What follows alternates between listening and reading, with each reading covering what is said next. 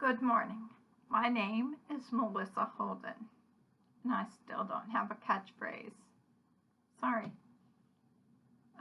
The reason why I'm making a video, I really don't have time to be doing this, is I've been having weird things and I'm trying to figure out what's going on because my phone just will not work. And we all know how dependent we are on our cell phones. Well, I'm going to attempt to just stop doing it again.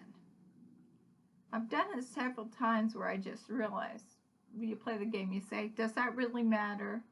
And I say, no, it doesn't. And so I just stop using it. But then there's something that does matter.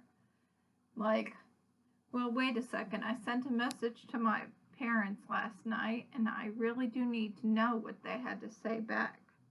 And things like, oh, there's just various things that I'd be curious about, and I don't really have a way to access. My goodness, it's like perfectly straight. I was warned never to do that. Oopsie doodles. Okay, what I wanted to do, I told you I do not have time, and the reason being is I'm busy baking things. And I realized I need to make an egg wash, and then I opened the refrigerator to get an egg, and I was like, why did I open the refrigerator? Okay, you've had this happen before, so you're familiar. And when I was doing that, I remembered a story, and I was like, that story is good. I need to record that story, because just to make sure other people hear it.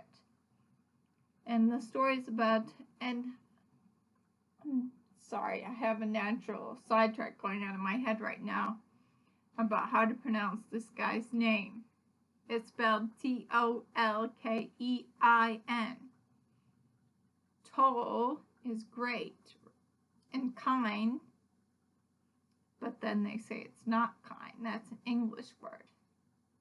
Okay, I'm not going to get off on that. Anyway, it's a story, and it reassures me that it's humorous. It's always good to find humor in the things that you do, right?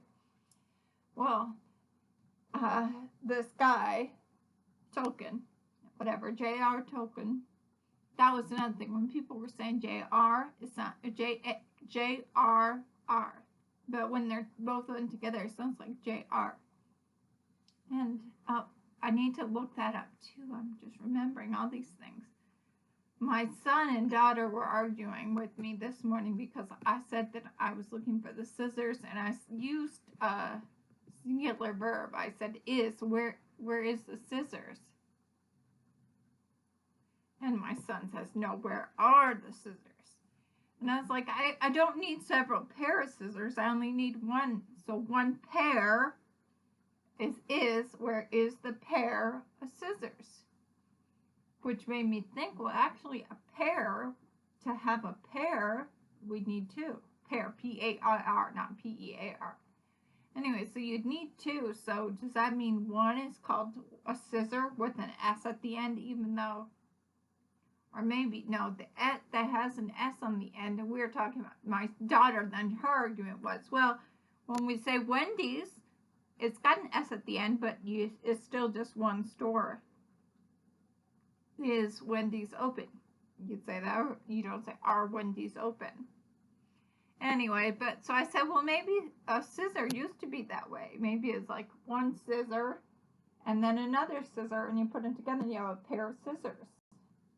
It's one unit. But I was like, if I was making a pair of scissors, I would use a blade. And then I thought, well, maybe there used to be a word for a one-sided blade that was called a scissor. And someone had the brilliant invention of putting them together and making a pair of scissors. Anyway, those are the kinds of things we talk about while we're getting ready in the morning. And anyway, I'm telling you this really cool story. I'm not going to say anything more about the guy's name.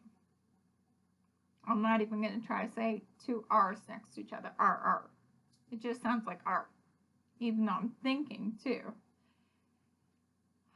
Sidetrack again about the things that I think, and then the things I say. I assume that you're thinking things that I don't ever say. Like, I often use pronouns like he or it, and I'm like, wait, I've never clarified what that is. Sidetrack, jump back to the story.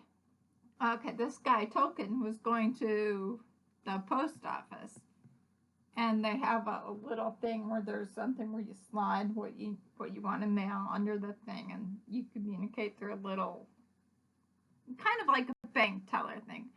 Anyway, it was funny because, and it was something he did to make fun of, because people called him an absent-minded professor, and it reminded me to laugh about being absent-minded, because it happens to all of us.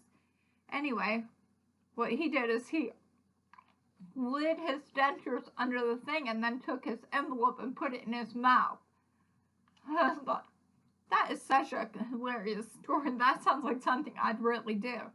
I cannot tell you the number of times that I've been going somewhere to the store or something, and we'll get there and I'll look at my husband and say, I forgot my teeth.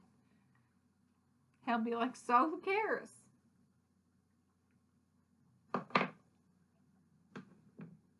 See, I don't look any different. I just don't talk much. I feel like everybody knows, but now that my face is a little fatter, you can't really tell. When my face was skinnier, if I put my teeth in, it made my face look different. Yeah, it does look. It still kind of does that. Not as much, but it used to make my face look wider in the mouth. But anyway, so the funny story was about that guy. It was funny that he was absent-minded, and he thought he'd play a joke on, not play a joke, but make a joke out of his natural inclinations. That he's so, and people would always say that he's an absent-minded. And so that's what I thought when I opened the refrigerator and was just staring there. What the heck do I still haven't gotten the egg wash ready. But anyway, the whole thing was he went to the post office with an envelope to mail, and he slid his teeth under the little thing for the lady and took the envelope and put it in his mouth. Another thing, my kids love this story. Have you ever been at the movie theater and you have a drink and popcorn, and when they turn the lights on, you're sitting there eating the popcorn, and on accident you stick your hand in the soda? I'm sure we all done that. Anyway, those are my stories for today.